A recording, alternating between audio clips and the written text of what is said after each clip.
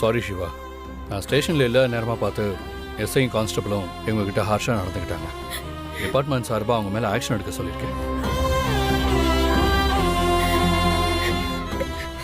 ஏய் இங்க பாரு, அழாத. அம்மா நகையெல்லாம் கிடைச்சிருச்சு.